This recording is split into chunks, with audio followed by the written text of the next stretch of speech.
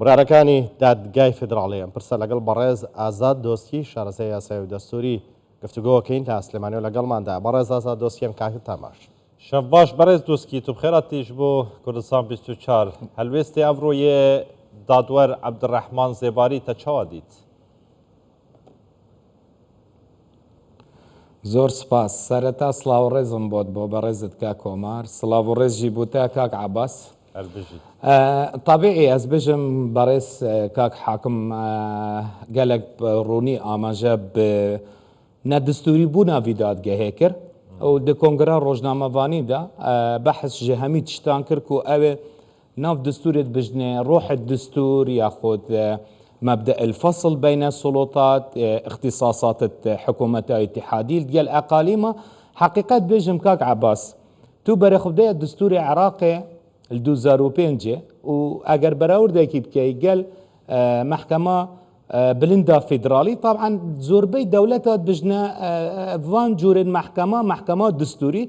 حكمي كل عراقي نظام فيدرالي بنافي اگرنا اصل محكمة كدستورية اگر جمن بپرسي كآية اف محكمة دستورية ياخد قانونية از بجمعته قانونية نا دستورية بوش چونکه حتى بقاوي كارب بقانون إدارة دولة مؤقتة سردم بريمر دكر التزام ما دانو طدوية الدستورية ناكريا هرچند قانوني وي كو كيفن سردم بريمر جمارسيه 2005 وقتی هاته هموار کرن ال 2021 الديف آليات الدستوري نهاته هموار کرن كاك عباس تو برز واهن در رابورت شو نسبة اوت نها گريدايب كيشين آبوري ين هرما كردستانه دقل بغداد برای خب دل ماده ایک دستوری آماجه پیدا کرد که سیستم سیاسی العراقی پارلمانی و التزام کردنا وی دستوری ضامن وحده عراقی دکه باشه الماده 116 دستوری چد بجد عراق پیکاتیه جه نظامك فدرالي باشه كوش عاصمه پایتخت و اقلیم و محافظات و ادارات محلي بيكتت فيري مشكلات شيء كاك عباس بلا زور صريح بم الناف دستورة قالك بيشكفتين جيهانه ياخد الولاتن روج آفا بتيان أمريكا دا تا برنسيبا قالك مهمة هي دستور عراق الجهاتية بناجه كرن بس التزام بفنايتها كرن بجنة وقت المادة شلو حفت الدستور بحث السيدة صلاتات كانت بجت عراق سي سلطة بقدر تنفيذية تشريعية قضايا هر المادة شلو اشته بجد ممارسة كردنا واس سي سلطة سر أساس مبدأ الفصل يعني قضاء بشتا برلماني تداخل الشولية منك برلمان جيت بشتا بقضايا تداخل شولية منك اف برنسيبه هاتيه جهه اف تشكيلاني هنا في محكمة اتحادية كاك عباس نك اعتداء سر صلاحيات تو هرما كردستان بدرخكي بحث كآية تجاوز سر سلطات تشريعي البرلمان العراقي كريا بحث كتجاوز السر سلطات تنفيذية مناكية زينة بلا برنامج دولة متكم كاك عباس نوكا بحث كان بجن والله هذا محكمة اتحادي توطين الرواتب واذكر بس بلقى كاك عباس هذا دعوة جمارة صدو حفتية باشا الدوزارو بسودوية بله ببوره پرسیارێک لە یەکەم دواتر لە وڵای پرسیارەکە بەڵگەکەش خەرەڕۆ ببوورە ئەمڕۆ دادگای فیدراڵی عراق ڕوونکردنەوەیکی بڵاو کردوێتەوە ئەڵێت بۆ پرسی تەوتینی موچە وەکو چۆن پێشتر وەزیری دارایی عراق و تێگەرمانگی سێ تەواوی موچەخۆرانی هەرێمی کوردستان نەبنە خاوەن کارتی بانکی کە سەر بە حکوومەتی عراق بێت موچەیان پێ نادەین ئەمڕۆ دادگای فیدراڵی ڕوونکردنەوەیکی بڵاو کردوێتەوە ئەڵێ ئەگەر تەواویش نەبوو دەبێت موچەخۆرانی هەرێمی کوردستان لە وادەی خۆیان بە نەختینەی موچیان پێ بدرێت ئەم ڕوونکردنەوەی دادگای فیدراڵی عراق پاشکەسبوونەوەی لە بڕیارێکی دیکەی خۆی یان وەڵامێکە بۆ وەزیری دارایی عراق چی ئەم ڕوونکردنەوەیە؟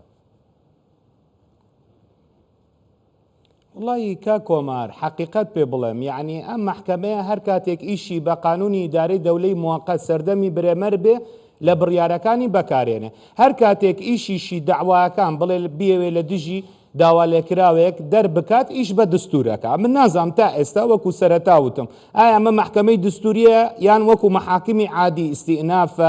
چوزانم يعني دادگایتی هەڵچوونەوە بێ بۆ خۆم تا ئێستا لە بڕیارەکانی سریەکەم ئەوەی بەڕێزت کە پەیوەست بێ بە پشکی هەرێمی کوردستان کا کۆمار با زۆر سەریح کەس پێش 2 ڕۆژ بەقەدەر بەڕێز محەممەد شەیع سوودانی شتێکی زۆر جوانی درکان. ئێخۆ ئەگەر قەزا مؤسسەیەک بێ لە عێراقا بەڕێز محەممەد شەیع سوودانیش سەرۆکی مؤسسەیەکە، ڕاستە لە دستوری عێراقا ئەڵێ دەسەڵاتی جێبەجێکردن لە سەرۆک کۆمار و لە سەرۆک وەزیر چی وت لە چاوپێکەوتنێکی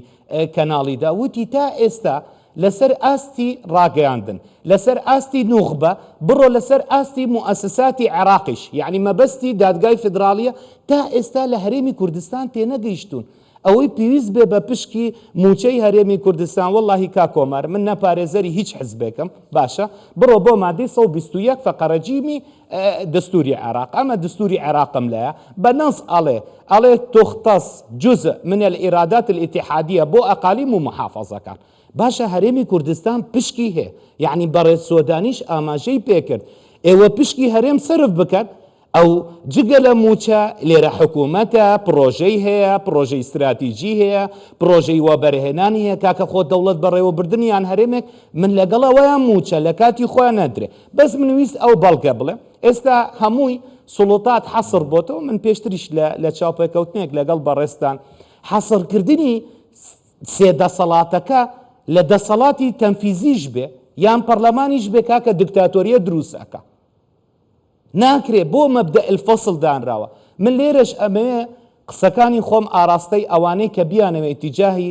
دەسەڵاتی سیاسی لە عێراقا ڕێکن چۆن مەبدەئی فەسڵی سوڵتاتەیە بۆ سێ دەسەڵاتە ئیتیحادیەکە ئەبێ مەبدەئی فەسڵی دەسەڵاتەکانی حکوومەتی ئیتیحادی لەگەڵ هەرێمیشە جیا بکەنەوە وەلەو مادەی سەودەی دستور تەحدیدی کردووە حکوومەتی ئیتیحادی ئەمە حەسر سەلاحیاتی تووە بڕۆ بۆ مادەی 112 113 بەدەق مادەی 115 دستور ئەڵێ هەر دەسەڵاتێک کە لە حەسری لە مادەی 100 نەهاتێ بێ لە دەسەڵاتی هەرێمەکانە. من ئەمیست بەس ئەوە بڵێ زۆر ئیدعای ئەعلام ئەکرێت و لە ئەبینین هەڵایەکی ئەعلامی زۆر گەورە دروست کراوە باشە خودی ئەم دادگا سەبارەت بە سەرفکردنی موچەخۆرانی هەرێمی کوردستان باشە هەر خودی ئەم دادگا ئەمە داوای ژمارە 107 لە موازنەی 2021 بەڕێز سۆدانی محەممەد شەیع سۆدانی هاو 5 قەراریدا سەرفی کردووە ئەوەتە بە عەرەبی ئەڵێ 200 ملیارد دلار بۆ مستحقات وڕەواتب موظفین ئەقلیم کوردستان بەڕێزێک بە ناوی مستەفا سەنەد ڕۆشت بوو باشە ئەم داوای 2022 تۆمار کرا لە 23 حەسم بووە تۆ بڕوا ئەکەی ئەم دادگایە وتوێتی ناردنی 200 ملیارەکە بۆ هەرێمی کوردستان بۆ ڕەواتب نادستوریە کاکە ئەوەی کە ئێستا ئەیبینێ بڕۆنە سەر پەیجی مەحکەمەی ئیتیحادی ژمارەی داوا 107 2022 ئەمە بڕیاری دادگای فدرالیە بڕیارێکی تر لە 2019 شادەری کردووە عفو 2019 79 زیاتر لە 120 هاوڵاتی کورد چووە بۆ بەقا ئەڵێ کاکە موچەی ئێمە سەرفکەن دووری خە لە مەواضعی سیاسی باشە هەر خودی ئەم دادگایە وتوێتی کاکە ناردنی پشکی بووجە بۆ هەرێمی کوردستان نادستوریە بە خاڵێکی تر دەوڵەمەندکە ئەم حکوومەتەی کابینەی بەڕێز محەممەد شەیع سوودانی لەسەر تەوافق پێکەنرا لە 4 2023 ڕێکەوتنیەکی کرد لەگەڵ بەڕێز سەرۆک وەزیران هەرێمی کوردستان لە زومنی ئەو ڕێکەوتنە چی بوو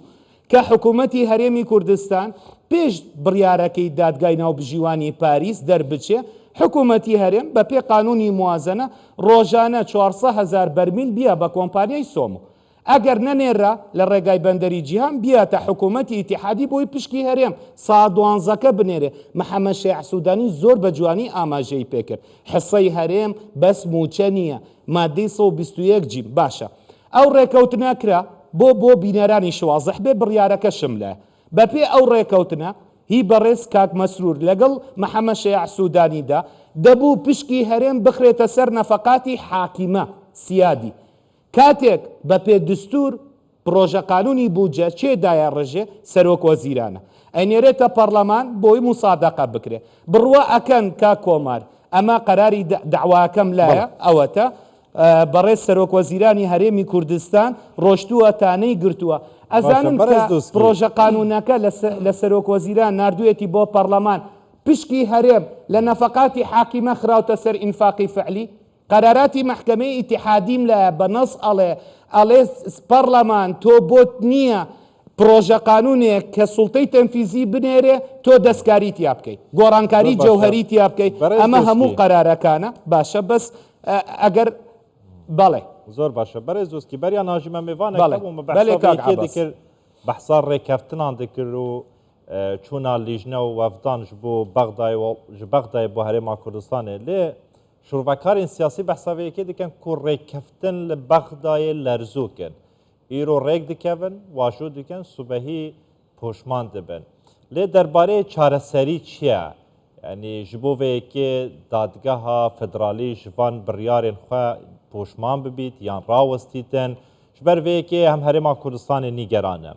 beşeka Sunniyan nîgeran e Emerîka jî tu xwezanî nîgeran e di civînên xwe berpirsên Emerîka diger Serokvezîr Mesûd Barzanî beriya 2 hefteyan li Washingtonê nîgeraniya xwe li hember biryarên dadgeha federal nîşan dayne yanî çareser çi ji bo vêyekê ev dadgehe rabiwestîn ji van biryarên xwe yên siyasî yên nedestûrî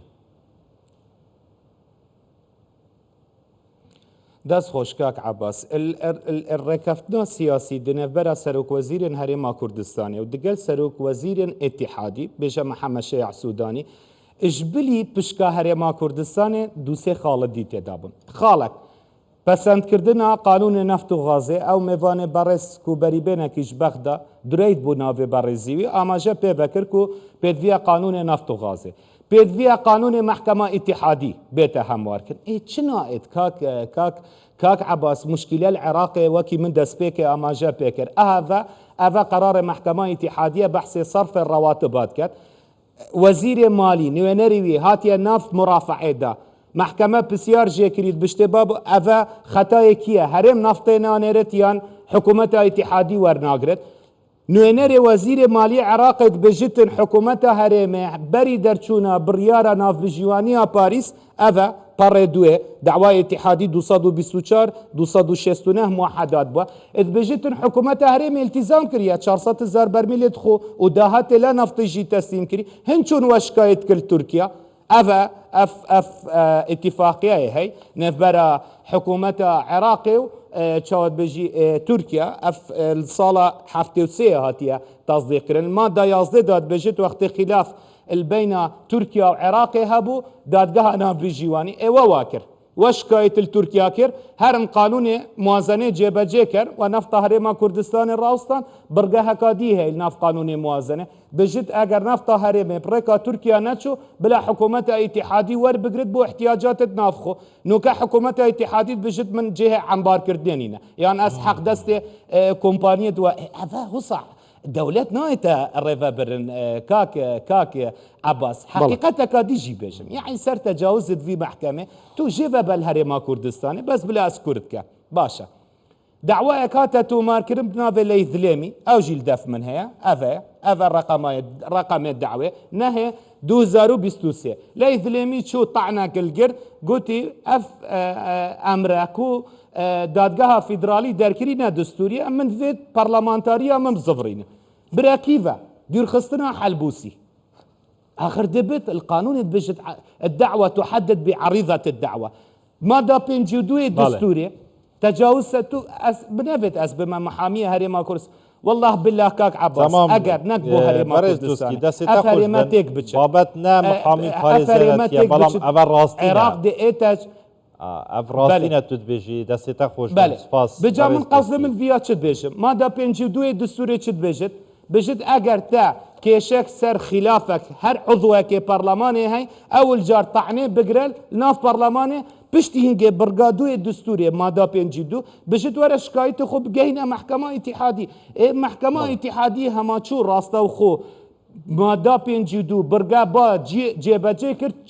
چه اهتمامك ندا سلطة تشريعي نا سلطة تشريعي هلا نا سلطة تنفيذية هلا خلاص تو حاكم ومحكوم بو امجي دبري خدينا تو چه فرق وكي بريدا براستي چه ابا همي بلقاه الجمع اگر ود بيت مبدأ الفصل جيبا جيب كان فصل هرسي السلطات الاتحادي فصل كيجي فيتو صلاحيات تخو ماذا صدو ده هاتيا دستيشان كرن الدستوري جيفا جي بلا حريم كردستان جي ممارسة صلاحيات تخو بكات برا ابا خلق دنگ دايا في دستوري دستتا خوش من هر بجيت ناتي بتو حاكم ومحكوم بي بابەت وەکە شروڤەکارên سیاسی jî dibêjin berêz dostkî ne babet qanûnî ye ne babet tiştekê din e babet birsîkirina xelkê Herêma Kurdistanê ye û babetê îradê ye her bijît berêz Azad Doskî şarazaya yasayî û desturî li Stodê me li Silêmanê gelma bûye her bijî spas ji bo سپاس بەڕێز ئازاد